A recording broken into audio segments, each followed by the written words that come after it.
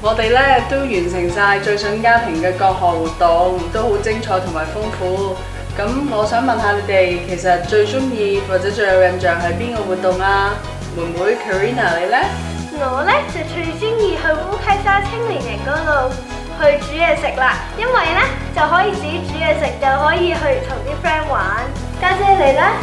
咁我呢就最中意去台灣度啦，因為可以同啲公公婆婆一齊玩遊戲同埋搓湯圓啦。咁爸爸你呢？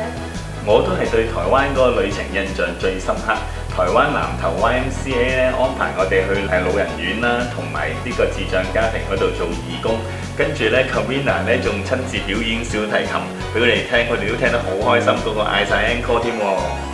咁而我呢，就梗係最開心食 buffet 啦，因為有午餐 buffet 同埋晚餐 buffet。係啊，好多嘢食㗎，有龍蝦啦，有蟹啦，有生蠔，有牛，有豬肉喎，好好味啊！哇，你最為食嗰個啦！YMCA 搞嘅活動咧都好豐富同埋好多元化，啱晒一家大細參與。係啊，我覺得 YMCA 真係唔止淨係搞興趣班咁簡單啊，仲有好多唔同嘅體驗俾我哋全屋嘅人。